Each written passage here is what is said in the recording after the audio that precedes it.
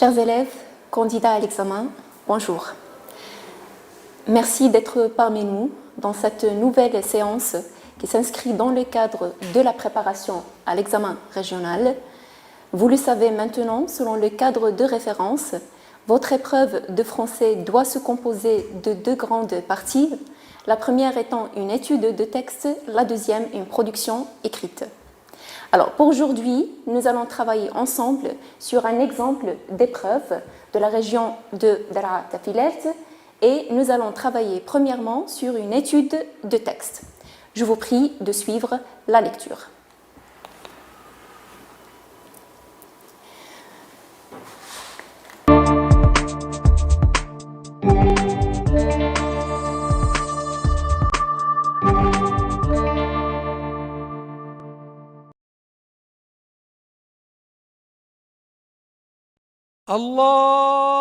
الله أكبر الله أكبر أشهد أن لا إله إلا الله أشهد أن لا إله إلا الله أشهد أن محمد رسول الله أشهد أن محمد رسول الله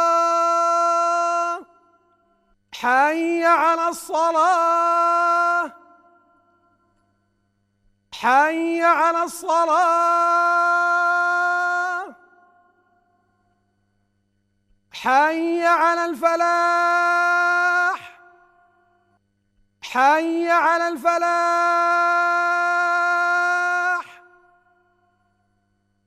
الله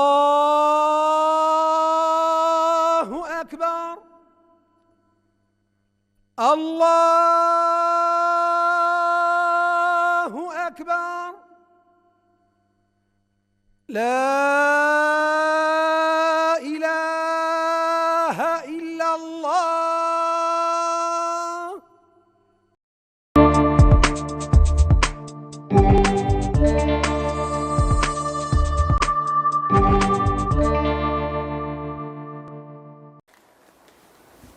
On apporta dans le préau un large baquet. Les gardes chiormes rompirent la danse des forçats à coups de bâton et les conduisirent à ce baquet dans lequel on voyait nager je ne sais quelles herbes, je ne sais quel liquide fumant et sale. Ils mangèrent. Puis, ayant mangé, ils jetèrent sur le pavé ce qui restait de leur soupe et de leur pain bis. Ils se remirent à danser et à chanter. Il paraît qu'on leur laisse cette liberté le jour du ferrage et la nuit qui le suit. J'observais ce spectacle étrange avec une curiosité si avide, si palpitante, si attentive, que je m'étais oubliée moi-même.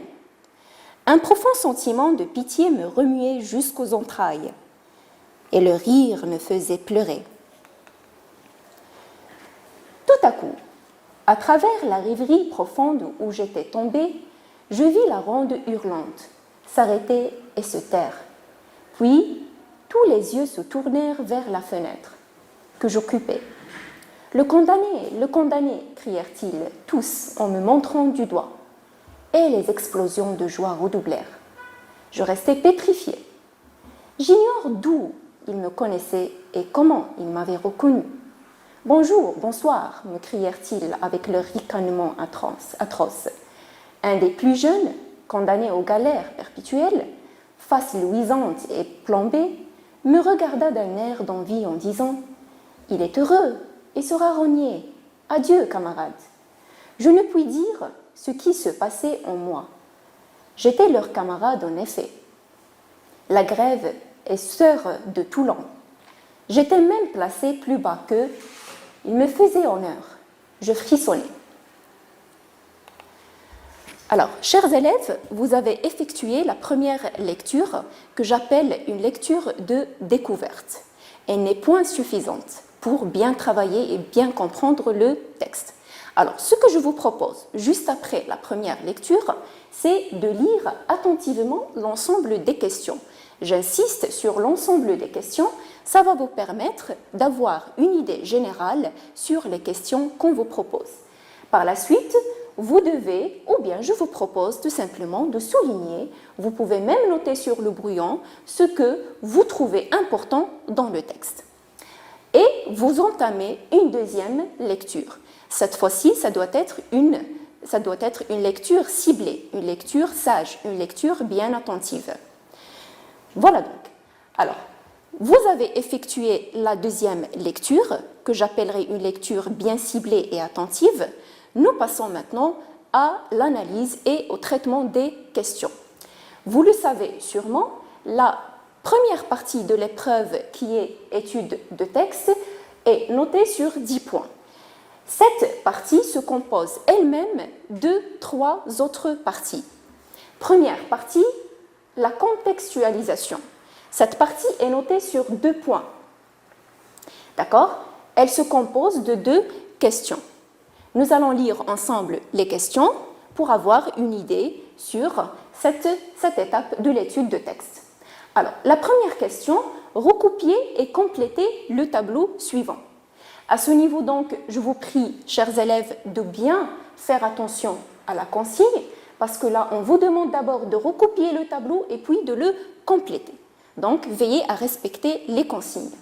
Pour les informations qu'on trouve ici, elles peuvent changer. Alors là, vous avez le titre de l'œuvre, l'auteur, le genre littéraire et le siècle. Alors, je tiens à signaler qu'au niveau de cette question, on peut changer la manière. C'est-à-dire, vous pouvez avoir un tableau de cette manière, sinon, on peut vous passer directement un paragraphe à trous dans lequel vous allez bien sûr essayer, ou bien que vous allez bien sûr essayer de compléter à partir des informations qu'on vous demande. Par la suite, donc, on trouve la deuxième question.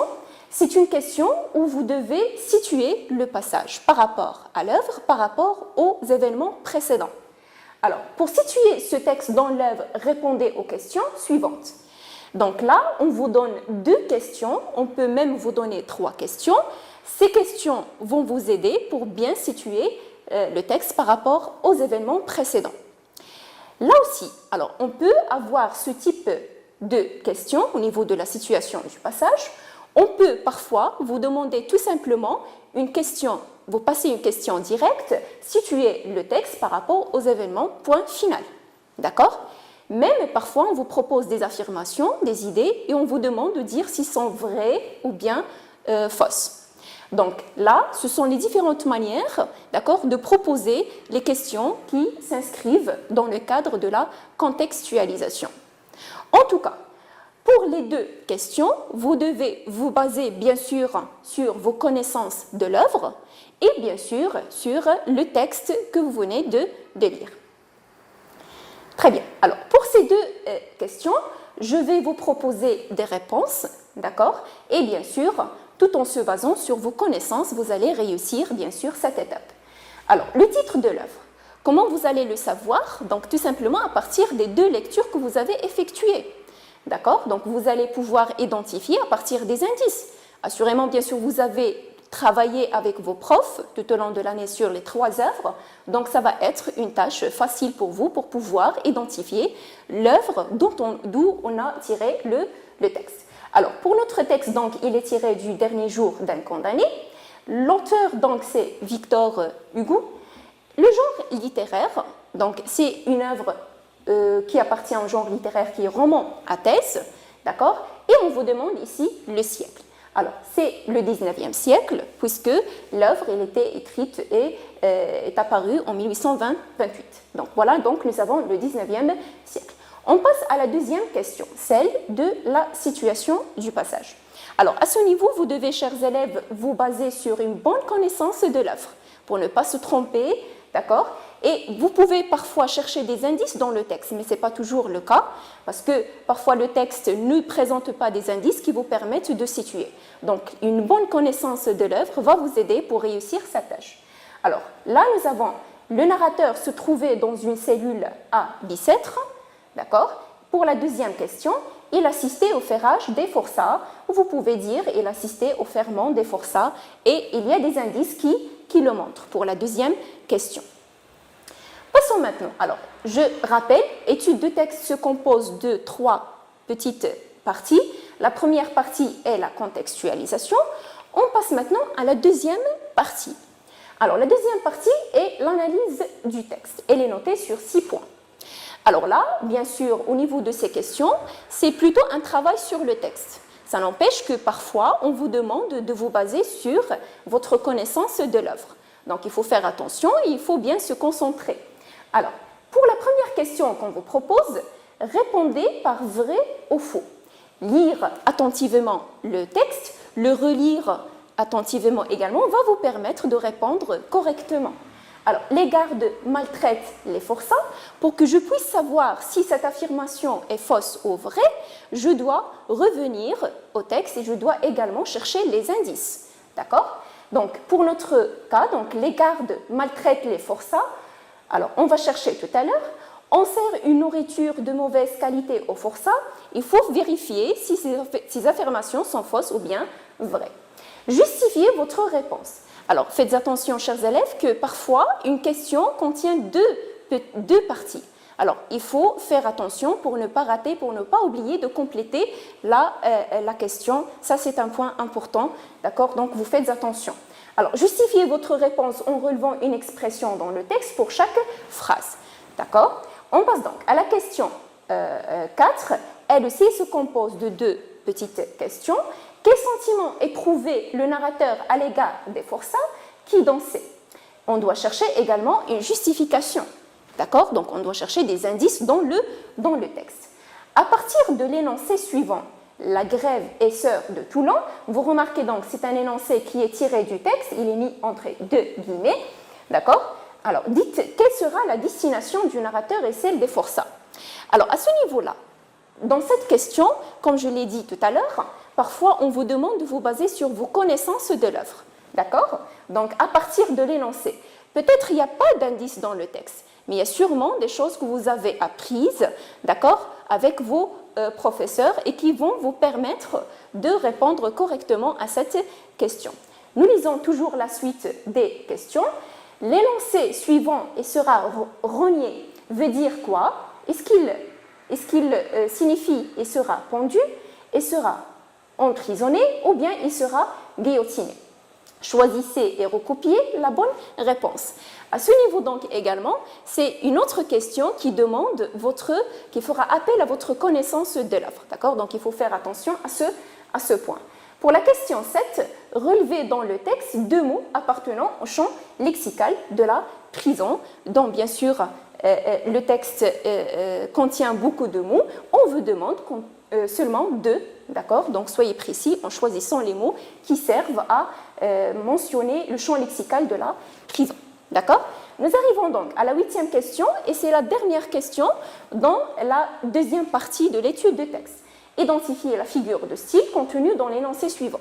C'est une question de langue, d'accord? Et là, on travaille sur les figures de style.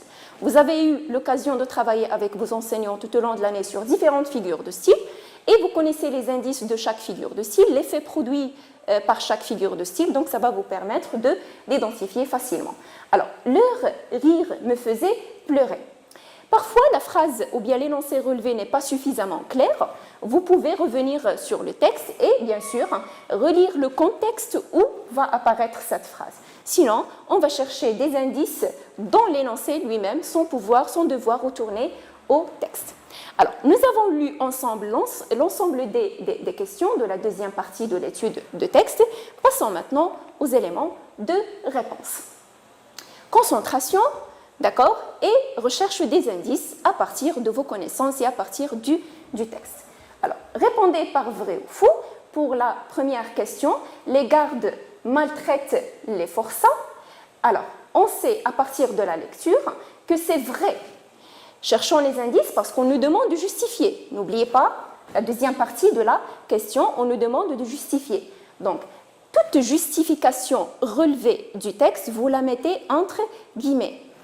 D'accord? Vous la mettez entre guillemets, c'est tiré, c'est extrait, d'accord, du texte. Donc là, ce qui montre que c'est vrai, qu'il y a une maltraitance, c'est les coups de bâton, ce qui montre la violence de la part des surveillants, ou bien les gardes shiurm, si vous vous rappelez, donc l'expression qui est présente dans le texte.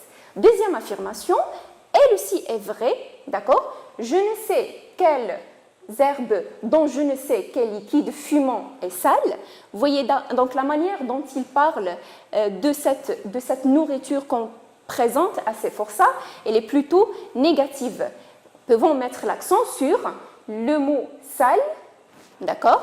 Le mot sale, c'est un mot qui est négatif et donc automatiquement, il s'agit d'une nourriture qui est de mauvaise qualité. On peut retenir une autre expression, le pain bis, donc là gris avec une couleur qui est foncée, d'accord? Tout cela montre que la nourriture est de mauvaise qualité. Voilà. Alors, la quatrième question. Quel sentiment éprouvait le narrateur à l'égard des forçats qui dansaient? Nous cherchons des indices dans le texte, d'accord? Donc prenez votre temps pour lire et relire le texte pour que vous puissiez trouver la réponse correcte.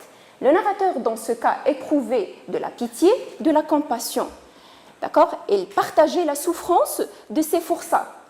Il sentait leur souffrance, ils étaient humiliés, d'accord? Donc il avait de la pitié pour eux. Ce qui nous montre donc, c'est l'énoncé suivant, que je relève et je mets entre guillemets.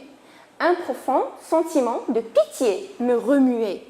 D'accord? Ces sentiments étaient remués avec, bien sûr, en regardant entre guillemets, donc, ce spectacle de ferrage de forçats, en tout cas, ce ferrage de forçats qui lui faisait, bien sûr, mal et qui déclenchait chez lui une certaine pitié et compassion.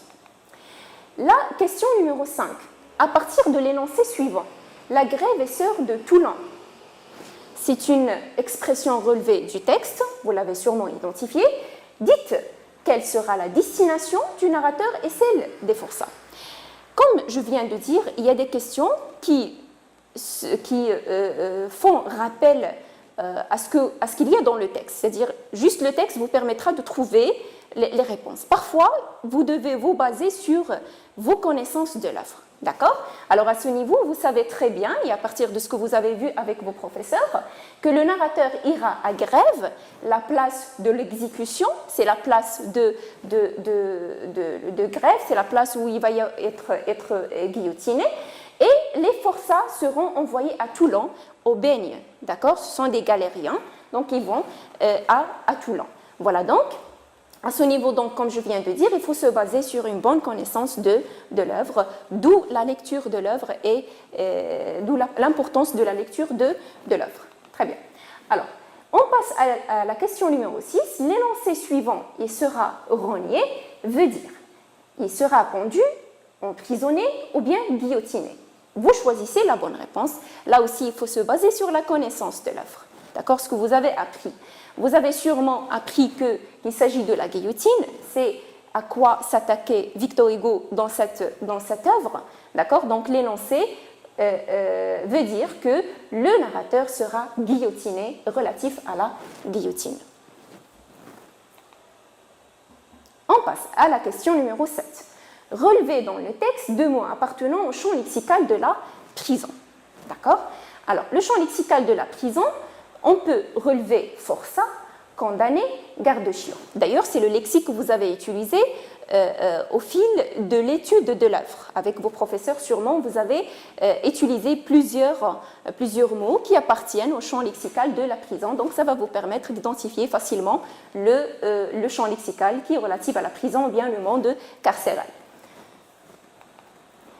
Pour la dernière question, donc, identifier la figure de style. C'est une question de langue, comme je viens de dire. On vous demande de travailler sur une figure de style à partir de l'énoncé. Leur rire me faisait pleurer. Alors, je lis attentivement l'énoncé. Ce qui va attirer mon attention, c'est cette opposition entre le mot rire et le verbe pleurer. D'accord? Alors, il y a opposition, donc ça me rappelle une figure de style, celle de l'antithèse. D'accord? Leur rire ont un autre effet qui est tout à fait opposé, c'est faire pleurer le narrateur. Donc là, on a une antithèse. Voilà donc, c'est l'ensemble des questions concernant la première partie et la deuxième partie de l'étude de texte. On va passer maintenant à la dernière partie de l'étude de texte. Cela est noté sur 2 points, un point chacune. D'accord? Remarquez ici, réaction personnelle face au texte. D'une autre manière, on vous demande d'exprimer un point de vue et de le justifier. Il ne s'agit pas d'une production écrite, mais il s'agit plutôt de produire un tout petit paragraphe argumenté dans lequel vous serez amené à exprimer une position et la justifier par la suite en 2 ou 3 phrases au maximum. Alors, on va lire les questions. Les forçats traités comme des bêtes par les gardes chantaient et dansaient. À votre avis, cette scène était-elle amusante? Dites pourquoi en une phrase. Selon vous, les prisonniers méritent-ils d'être traités comme des animaux? Justifiez votre réponse en 2 phrases. D'accord? Alors, si vous remarquez, ces questions sont posées de cette manière. À votre avis, on vous demande votre avis. Dans un deuxième temps, on vous demande de dire pourquoi. Donc, je dois exprimer mon point de vue et je dois le justifier en 2 phrases. Donc, je dois produire un tout petit paragraphe argumenté dans lequel je vais, bien sûr, montrer ma position. La même chose pour la deuxième question. Selon vous, les prisonniers méritent-ils d'être traités? Justifiez. D'accord? Est-ce qu'ils méritent? Donc là, vous allez dire oui ou non et vous allez justifier. N'oubliez pas les termes d'articulation logique parce qu'ils vont vous permettre d'introduire correctement l'argumentation. Alors là, ce que je tiens à signaler, c'est qu'il faut bien formuler les énoncés ou bien les paragraphes argumentatifs. D'accord? D'abord le point de vue, puis la justification, c'est-à-dire l'argument. Vous pouvez rajouter un exemple, mais que ça ne soit pas trop long. D'accord? Alors, il y a aussi à ce niveau la possibilité de se servir des arguments que vous avez récoltés, d'accord, au fil de l'œuvre, c'est-à-dire au fil de l'étude que vous avez faite avec l'œuvre et avec vos enseignants. Donc là, vous pouvez vous en servir, d'accord. L'essentiel, c'est que ça soit bien formulé et correct et raisonnable. Très bien, on va voir les propositions, d'accord, pour ces 2 questions. Première des choses, optez pour l'introduction du point de vue par des expressions comme pour moi, personnellement, je trouve que ça permettra de bien introduire les réponses. Alors, il est bien clair que cette scène n'est pas un moment amusant. Qu'est-ce que j'ai fait jusque-là? J'ai exprimé mon point de vue. Qu'est-ce qu'on me demande aussi? D'accord? On me demande de justifier. J'ai introduit la justification parce que, d'accord, les termes d'articulation logique. Elle fait voir la souffrance des forçats confèrent et qui partent au bain. Je peux rajouter, sinon je m'arrête ici. D'accord? Je trouve étonnant que ces personnes soient joyeuses. Alors, ce que je pense, moi, c'est qu'ils cachent plutôt leur peur. Bon, c'est un exemple. D'accord? Vous pouvez bien sûr introduire d'autres exemples, d'autres arguments. Pour la deuxième question, j'ai introduit par « Personnellement, je trouve que les gardiens étaient très violents et inhumains. » Donc, car permet d'introduire la justification. Les prisonniers ne méritaient pas d'être maltraités comme des bêtes. Alors, je trouve que c'est une torture physique et psychologique. Vous voyez donc, j'ai essayé de ne pas dépasser 3 lignes maximum, d'accord? Donc, entre 3 lignes, 2 lignes, 3 lignes, en tout cas, pour ne pas trop élargir. Donc, vous pouvez bien sûr enrichir votre argumentation, mais cela, ça va être au niveau de la production écrite. Voilà, donc c'était la dernière question dans la partie étude de texte.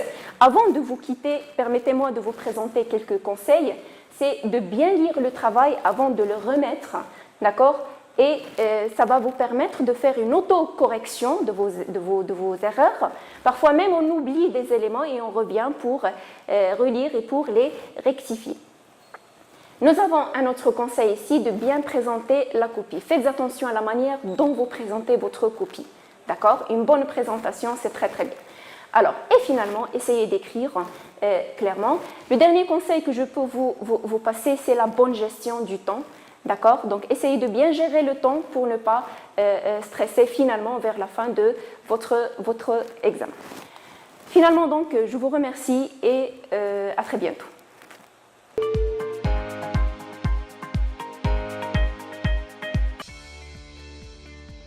كلنا كنبغيو أطفالنا يكونوا بصحة جيدة وكنديروا كل ما في جهدنا باش نحميوهم، وسنوات كتيرة وحنا اليد في اليد وبوعيكم والتزامكم وبفضل التكفل المناسب استطعنا والحمد لله نحميو الكثير من الأطفال من الإصابة بمجموعة من الأمراض.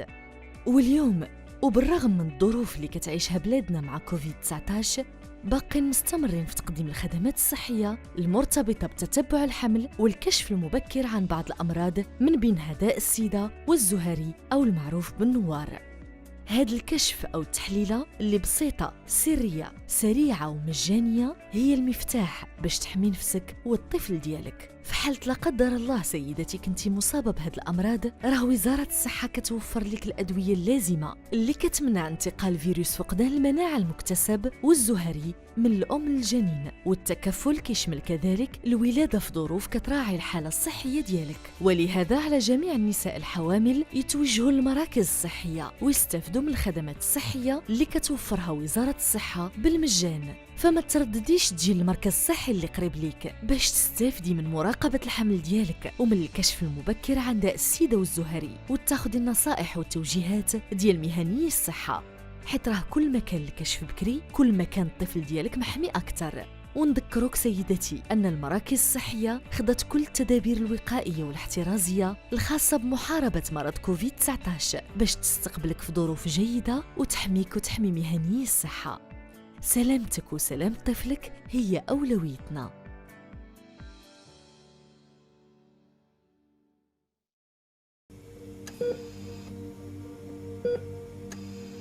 لأي واحد واخد كورونا بالتفلية، راه كورونا مازال ما مشات، عايشة معانا، ناعسة معانا، فايقة معانا، معيدة معانا، ما كترتاحش. كلنا ترخينا وخلينا كورونا ترجع قوية أكثر من الأول. غير سال الحجر الصحي قلنا سالات معاه كورونا. هل اللي ما بقاش داير القمامة، هل اللي ما بقاش محترم مسافة الأمان، وكاين كاع اللي ولا كيسلم بحال كورونا عمرها كانت. ولينا كل نهار محطمين رقم قياسي في عدد الإصابات وعدد الموتى اللي كيتزاد نهار على نهار. كورونا مازال كاينه.